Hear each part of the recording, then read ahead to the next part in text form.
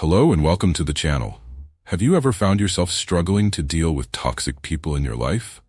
Whether it's at work, with family, or even among friends, dealing with negativity can be exhausting. But don't worry, in this video, we'll be exploring 8 Stoic strategies that will help you navigate these challenging relationships with calm and clarity. By the end of this video, you'll have powerful tools to manage toxic behavior without letting it affect your peace of mind. So stay with us until the end, because the last strategy is the most crucial one for truly transforming your approach. Let's dive in. 1. Focus on what you can control. In dealing with toxic people, the Stoic principle of focusing on what you can control is one of the most powerful tools you can use. Imagine standing by the shore, watching a storm rage on the horizon. The waves crash and the wind howls, but you have no power over the storm itself. However, you do have control over how you respond, whether you choose to shelter from the storm or stand tall and face it.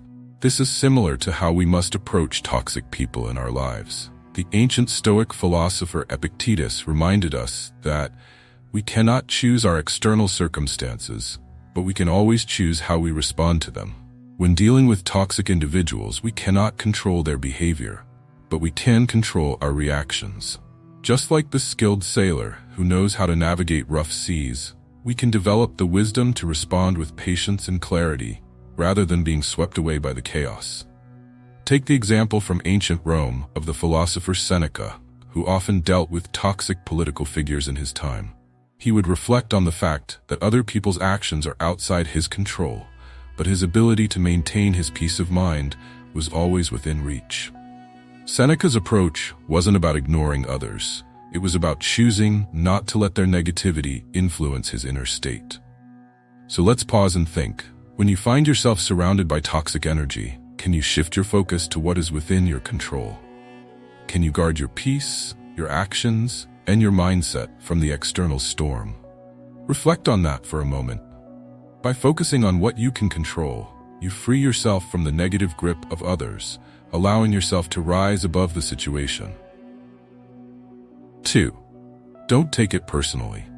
When dealing with toxic people, one of the most liberating Stoic strategies is learning not to take their behavior personally. Imagine you're standing in a garden, and a person walks by and throws a stone at the flowers you've carefully tended. Would you blame the flowers for being in the way? Or would you realize that the stone thrower's actions were about them, not you?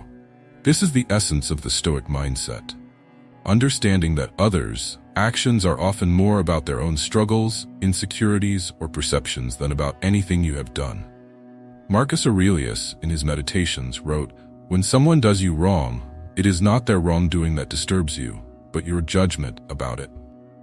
This statement highlights how our perceptions of others' actions influence how much we suffer.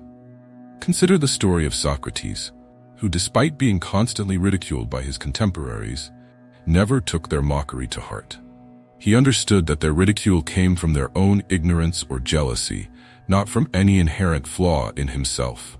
Socrates didn't internalize their negativity because he realized their words said more about them than about him.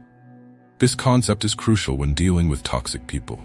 Their behavior often reflects their internal battles, not your worth or character.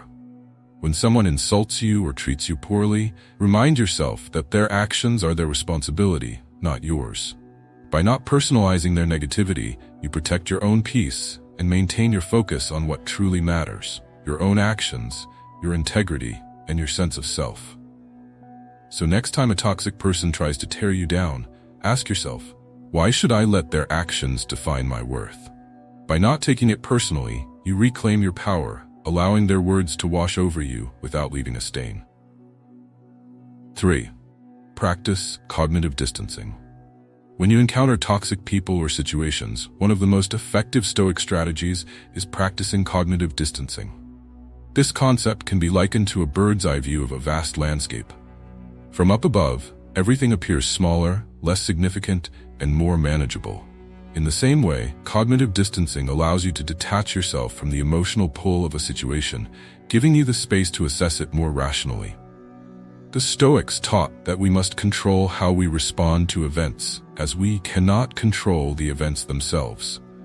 Epictetus famously said, "It's not what happens to you, but how you react to it that matters." Cognitive distancing is about creating a mental gap between yourself and your emotions, allowing you to view a challenging situation without immediately getting swept away by it. By doing this, you can regain perspective, reducing the power that toxic people or negative circumstances have over you. Let's take the example of a warrior preparing for battle. Imagine how they would train to maintain composure, even in the heat of conflict. The warrior, in moments of tension, steps back mentally, reframing the situation. They see the battle not as a personal affront, but as a challenge to overcome. In a similar way, practicing cognitive distancing allows you to view conflict or criticism from toxic people as an opportunity to strengthen your emotional resilience. In your own life, the next time you're faced with a toxic interaction, take a mental step back. Instead of letting their words or actions push your buttons, ask yourself, what can I learn from this situation? What is under my control, and what is not?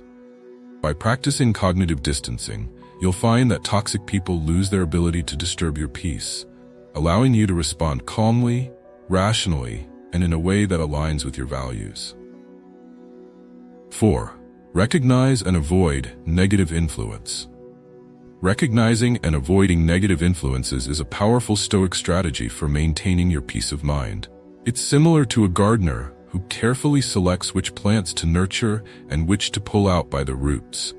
Just as a gardener would never allow weeds to overtake their garden, you must protect your mind from harmful influences that threaten to crowd out positivity and growth. In the ancient world, philosophers like Epictetus and Marcus Aurelius understood the importance of guarding one's inner world. Epictetus advised, "Wealth consists not in having great possessions, but in having few wants." This concept extends to our emotional and intellectual resources. We are not enriched by constant exposure to negativity, but by focusing on what nourishes us. Negative influences, from toxic people to pessimistic media, can drain our mental energy and distort our outlook on life. The Stoics believed that we are shaped by the company we keep.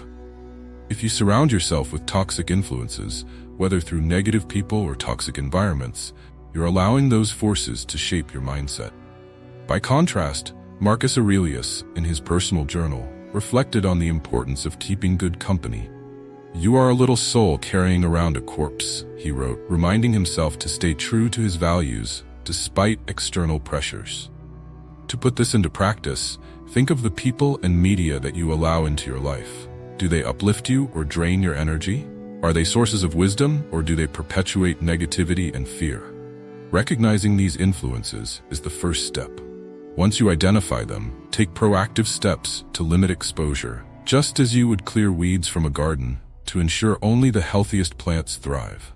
By being selective about the mental and emotional influences you allow into your life, you maintain your inner peace and foster personal growth. In this way, you protect your mind as a Stoic warrior would protect their greatest asset: strength, clarity, and purpose. 5. Set boundaries and be assertive. Setting boundaries and being assertive is a key Stoic strategy for dealing with toxic people. Imagine your mind as a fortress, strong, sturdy, and impenetrable. But even the most secure fortress can be vulnerable if there are no clear boundaries or walls to defend it.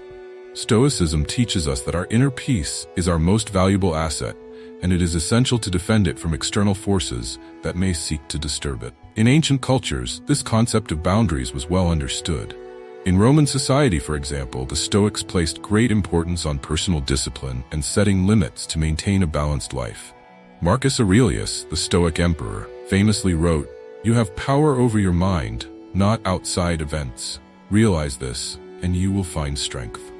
This emphasizes the importance of controlling how we react to external events or people, especially toxic ones, and protecting ourselves from their influence by setting clear, personal boundaries. Boundaries aren't about shutting others out completely, but about ensuring that you are not overwhelmed by their negativity or demands. When toxic people seek to manipulate or control, assertiveness is your tool to maintain your peace. It is not about being aggressive, but about calmly and firmly communicating your needs and limits. Think of it as a sailor guiding their ship through rough waters. You must steer the ship in the direction you want to go, even when the wind or toxic people tries to push you off course. Setting boundaries involves knowing your worth and having the confidence to say no when necessary. It's about saying, I will not tolerate behavior that undermines my well-being. Or, I will not engage in conversations that bring me down. By being assertive, you remind others that you value your own mental health and that you will not allow others to trample over your peace. As the Stoic philosopher Epictetus said, it's not what happens to you, but how you react to it that matters.